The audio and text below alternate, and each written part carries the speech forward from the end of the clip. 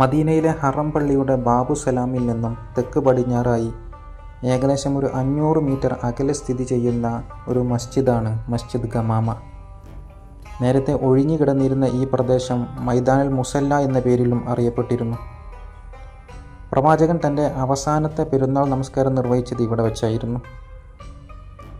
ജനങ്ങൾ കനത്ത വരൾച്ച കാരണം ബുദ്ധിമുട്ടായപ്പോൾ മഴയ്ക്ക് വേണ്ടിയുള്ള നമസ്കാരവും അതുപോലെ തന്നെ അബ്സീനിയയിലേക്ക് ഹിജ്റ പോയ മുസ്ലിം സംഘത്തിന് സംരക്ഷണം നൽകിയ നജ്ജാശി രാജാവ് മരണപ്പെട്ടപ്പോൾ മയ്യത്ത് നമസ്കാരവും പ്രവാചകൻ ഈ മൈതാനത്ത് വെച്ചായിരുന്നു നമസ്കരിച്ചത്.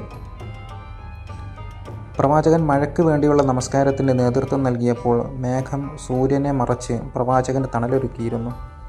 അതിനാലാണ് മേഘം എന്നർത്ഥം വരുന്ന ഗമാമ എന്ന പേര് ഈ പള്ളിക്ക് വന്നതെന്ന് ഇസ്ലാമിക ചരിത്രം രേഖപ്പെടുത്തുന്നു. നമസ്കാരം കഴിഞ്ഞപ്പോൾ നല്ല രീതിയിൽ മഴ ലഭിക്കുകയും ചെയ്തു.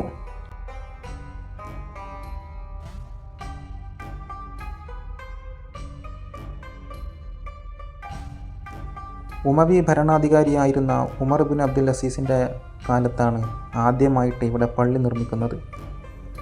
പിന്നീട് ഓട്ടോമൻ ഭരണകാലത്തെ 1859 അബ്ദുൽ മജീദ് ഒന്നാമനാണ് ഇന്ന് കാണുന്ന രീതിയിൽ ഈ പള്ളി പുതുക്കി പണിതത്.